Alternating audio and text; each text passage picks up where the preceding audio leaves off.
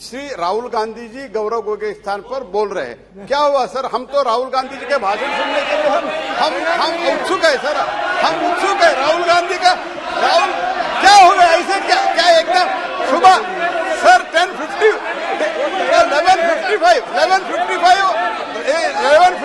इनका छुट्टी आया है सर, अभी 12 बजे चेंज हो गया। क्या हो गया? थोड़ा हमको भी समझ में आए सर, यही हमारा request. Let me understand what has happened sir. So he just at 11:55 he has given a letter that Mr. Rahul Gandhi is going to speak. What happened in 5 minutes? What is the problem, sir? We are very much enthusiastic to listen Mr. Rahul Gandhi, sir. Shri Gaurav Gogoi ji. अध्यक्ष महोदय, आपके दफ्तर में अगर क्या हो रहा है, क्या दरखास्त दी गई है, आप खुद ही आप इस सदन के रक्षक हैं। आपके दफ्तर के अंदर क्या बातचीत हुई है? क्या हम बताएं कि प्रधानमंत्री मोदी जी ने आपके दफ्तर के अंदर क्या क्या बातें की हैं? हम नहीं कहते। कोविड के चाहिए माननीय अध्यक्ष जी, बताना चाहिए। बताइए, एक गंभीर आरोप है माननीय अध्यक्ष जी, बताइए।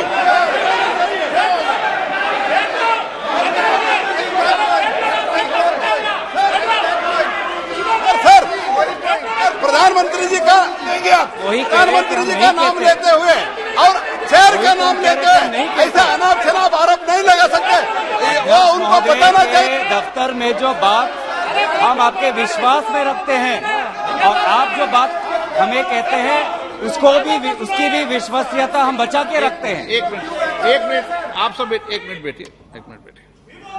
एक मिनट मैं बैठा हूं ना। माननीय सदस्य,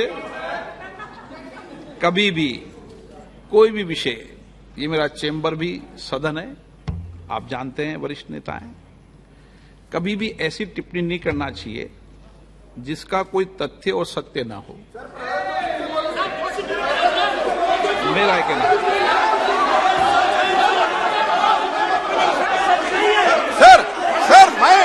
सर मैंने जो पब्लिक डोमेन में है सर,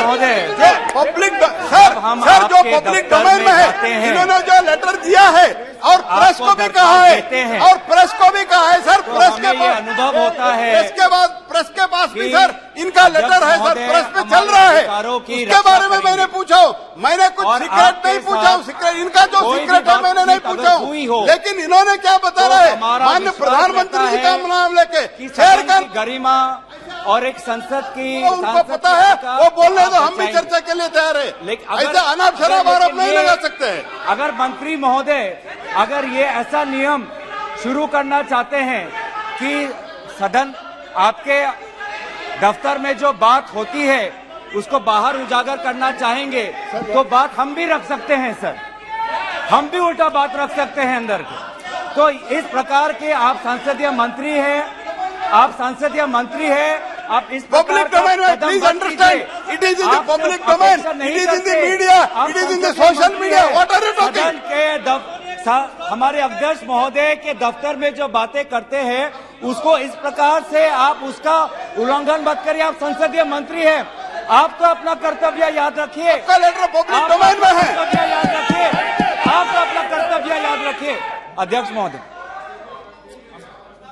अब एक मिनट, महत्वपूर्ण विषय पर चर्चा कर रहे हैं। कोई भी ऐसा, हम इस सदन की गरिमा के अनुसार बोले, सदन की परंपराओं के अनुसार बोले।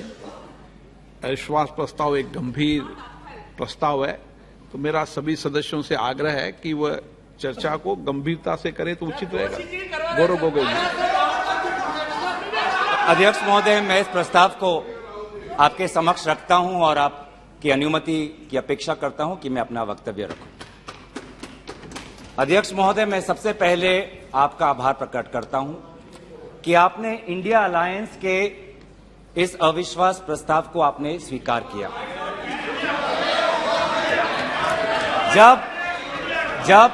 जब आपने पूछा कि इस अविश्वास प्रस्ताव के समर्थन में कौन कौन खड़ा है, तो मैं इस मंच से हमारे सारे इंडिया अलायंस दलों के सांसदों को मैं धन्यवाद और आभार प्रकट करता हूं।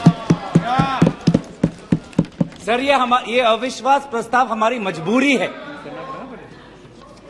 ये हमारी मजबूरी है कि हम अविश्वास प्रस्ताव हमें लाना पड़ा, क्योंकि ये बात कभी भी संख्या की नहीं थी।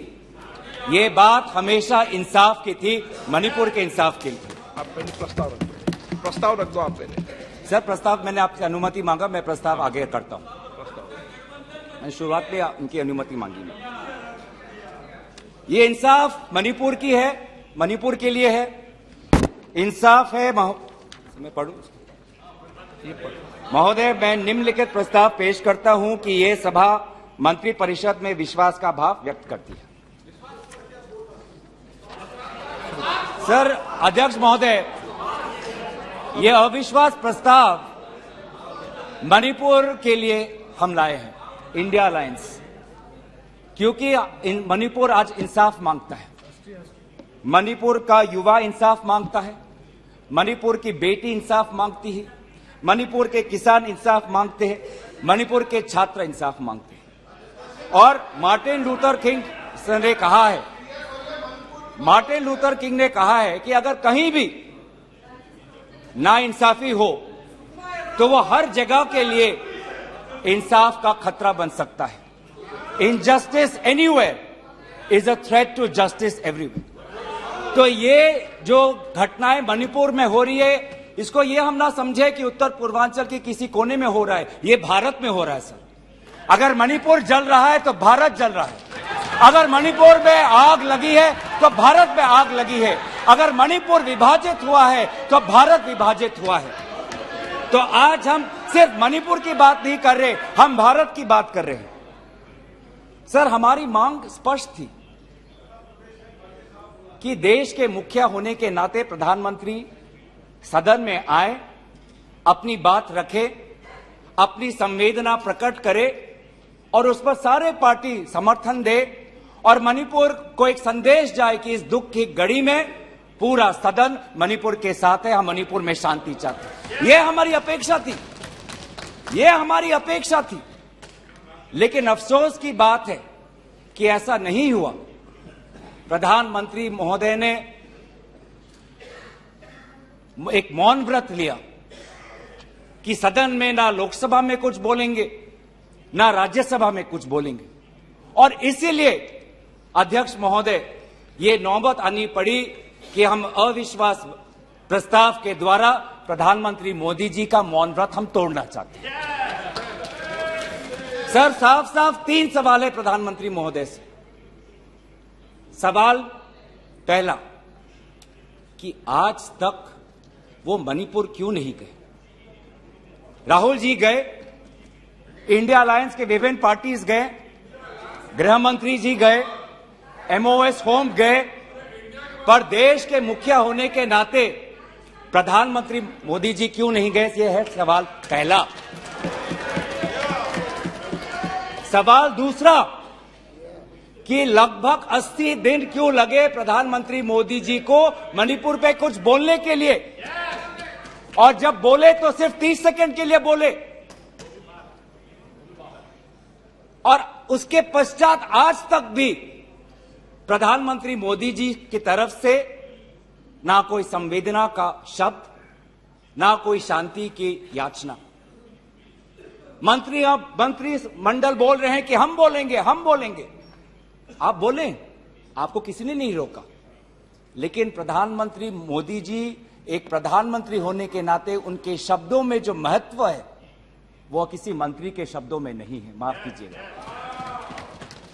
प्रधानमंत्री मोदी जी अगर प्रधानमंत्री होने के नाते एक शांति की पहल करें, उस कदम में जो ताकत है वो किसी मंत्री या किसी सांसद में वो ताकत नहीं है, एक प्रधानमंत्री होने के नाते। सवाल हमारा तीसरा कि प्रधानमंत्री जी ने आज तक मणिपुर के मुख्यमंत्री को बर्खास्त क्यों नहीं किया?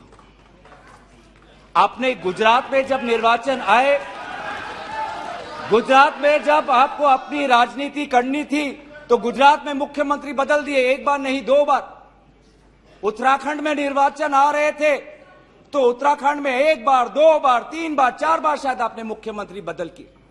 त्रिपुरा में निर्वाचन आए तो त्रिपुरा में भी आपने निर्वाचन आपने से पहले आप मुख्यमंत्री को बदला।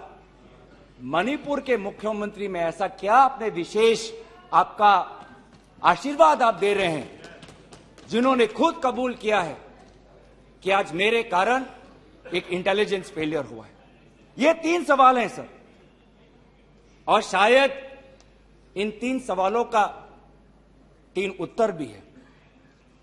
प्रधानमंत्री मोदी जी मणिपुर पर क्यों मौन हैं, शायद उस प्रश्न का उत्तर भी 3 है। पहला उत्तर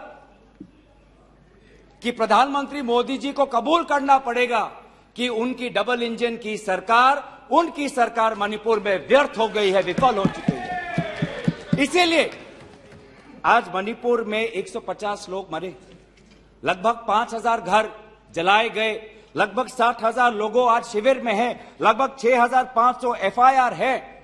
और मुख्यमंत्री, प्रदेश के मुख्यमंत्री होने के नाते जो एक संवाद का वातावरण बनाना चाहिए था, जो एक शांति, अमन और सद्भावना का एक वातावरण जो बनाना चाहिए था, आज उन्होंने सिर्फ मई महीने से नहीं, पिछले 2-3 सालों से ऐसे कुछ भड़काऊ उन्होंने कदम लिए हैं जो आज समाज के बीच में तनाव पैदा हो गया है।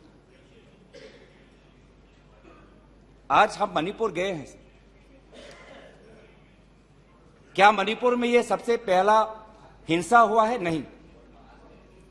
क्या उत्तर पूर्वांचल में यह सबसे पहला हिंसा हुआ है? नहीं। इससे पहले भी हुए हैं, मणिपुर में भी हुए हैं। मैं खुद उत्तर पूर्वांचल का हूं, मैं खुद जिम्मेवारी से कहता हूं कि हुए हैं, लेकिन पहली बार, अरे आप में से तो कोई गया भी नहीं, आप क्या जानेंगे? पहले जाओ और फिर हमें परामर्श दो, पहले आप लोग जाओ। सर हम गए और बहुत दुख हुआ कि हमने समाज में 2 वर्गों के बीच ऐसा बंटवारा, समाज के 2 वर्गों के बीच हृदय में इतना आक्रोश, इतना गुस्सा हमने पहले कभी नहीं देखा। हमने पहले कभी भी नहीं देखा कि आज समाज का एक वर्ग दूसरे के प्रति बदले की भाषा का प्रयोग कर रहा है। हमने कभी भी नहीं देखा कि एक प्रदेश में एक ऐसी लकीर खींच दी गई है कि पहाड़ पे एक वर्ग के लोग रहते हैं और वैली में एक वर्ग के लोग रहते हैं। अफसोस की बात है सर कि जो सरकार एक इंडिया की बात करती है, आज उन्होंने 2 मणिपुर आपने बना दिए हैं। आपके राजनीति से 2 मणिपुर आज बन गए। मैं मणिपुर के मुख्यमंत्री को इस सदन से पूर्व प्रधानमंत्री वाजपेयी जी की राजधर्मों को याद करने के लिए सलाह दूंगा, जिन्होंने कहा कि राजा के लिए, शासक के लिए प्रजा में भेद नहीं हो सकता, ना जन्म के आधार पर, ना जाति के आधार पर, ना समुदाय के आधार पर। सर आज इस माहौल में अगर सबसे ज्यादा पीड़ा किसी को झेलना पड़ा है तो महिलाओं और बच्चों को। हमने देखे हैं वो वायरल वीडियो में, उनका मैं उल्लेख नहीं करना चाहूंगा, उससे सबको पीड़ा हुआ। पर ऐसे मुख्यमंत्री जी ने स्वयं कहे कि ऐसे 100 FIRs हैं। हम भी गए हैं सर, इंडिया डेलीगेशन, हमारे संसदीय दल, उस परिवार से हम मिलके आए हैं जिसमें 2 महिलाओं के साथ इतना बुरा व्यवहार हुआ, अत्याचार हुआ। हमने ऐसे भी एक परिवार से मिले जिसमें एक 80 साल की महिला, जो एक स्वतंत्रता संग्रामी की पत्नी थी, उसको घर के अंदर बंद करके जिंदा जला दिया। जो 2 महिला जिसको लेकर आज सुप्रीम कोर्ट तक ये बात गई है, उसमें से एक महिला का पत्नी कारगिल में हमारे देश के लिए हमारी सीमा को सुरक्षा कर रहा था।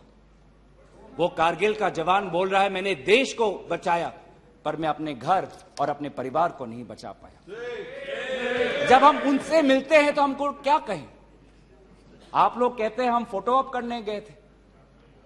सर दुख के समय में संवेदना उनको देने गए थे।